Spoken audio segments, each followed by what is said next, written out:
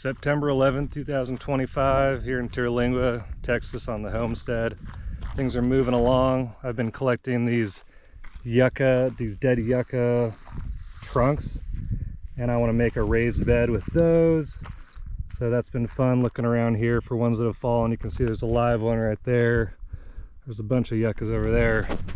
So when they die, they just fall over. Sometimes they spring back up, but when they don't, I'm taking those dead branches and I want to use them as the raised bed perimeter for another garden experiment.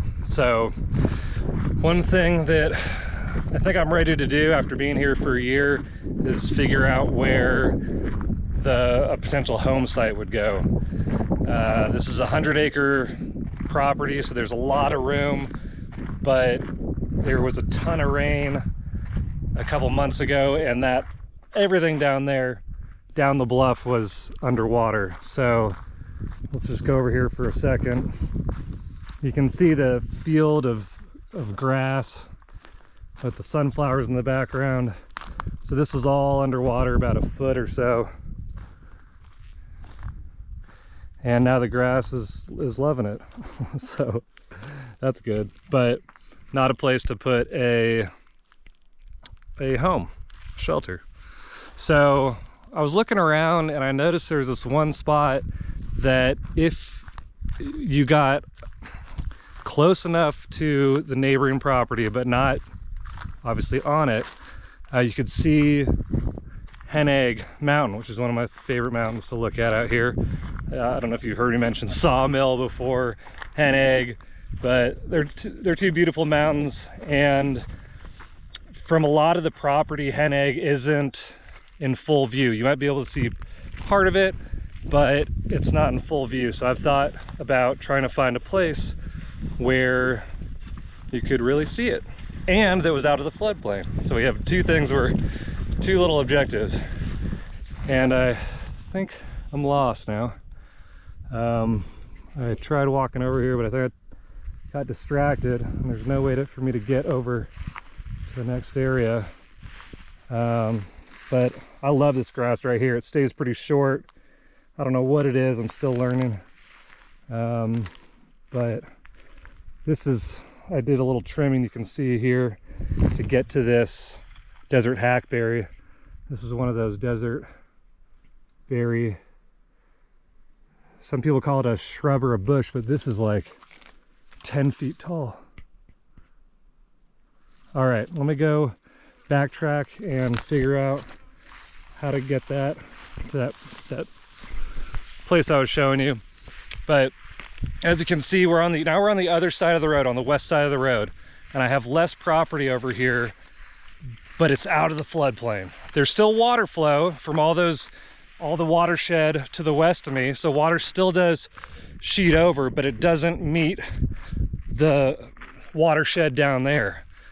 So in my opinion, I think it would be a good place to build. It's close to the road, but I've been thinking about doing a straw bale construction, and one of the benefits to that straw bale house is, from what I've heard, a quiet interior, because people race down this road.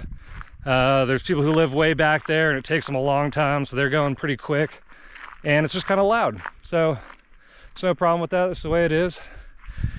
There's that concept in permaculture called sectors, and it's all about the incoming energies onto a property. So that could be wind, rain, fire potential, wildlife, right? It could be a lot of things, but the sector that you don't often think about is traffic and traffic noise and neighbors.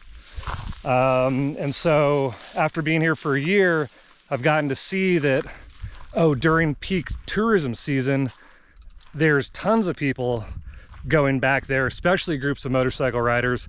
It gets loud. I don't like it. That's okay. I bought this property with only a week of knowing about it. So I jumped on it because of the water. I jumped on it because of the value.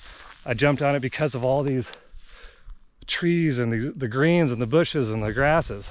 So I'm not trying to whine. I'm trying to show y'all that there's all these things that you have to factor in when you're building, right? That whole water access structures concept of permaculture, which is to start with the water capturing potential, and then look at the access to the water and the potential structures that you would build and where those might go and how those all work together.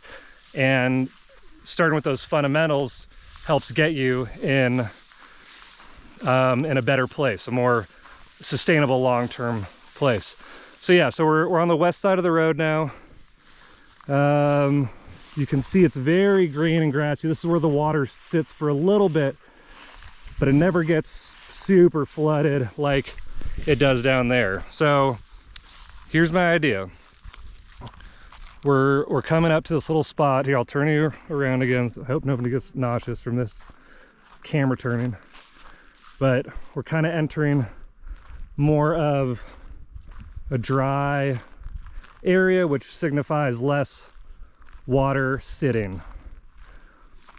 And so there's Sawmill. You can see it way back there. Beautiful mountain up close, or in person actually. I don't see it up close, but from here it's fabulous. Very, very strong mountain. But in here, I think would be great to do a little raised, kind of like earth sheltered house. So you can see it starts to get really gravelly. See, it's kind of, this is where the water does run, but only from this little watershed, right? So that's only a few, a few hundred square feet, or 1,000, right? It's very little compared to other areas. And it starts to become this gravelly mixture. So I'm not sure how this, I don't know if it's really easy to dig in or not. I just, it's loose though. If you can kind of see where I just stepped and it's moving around.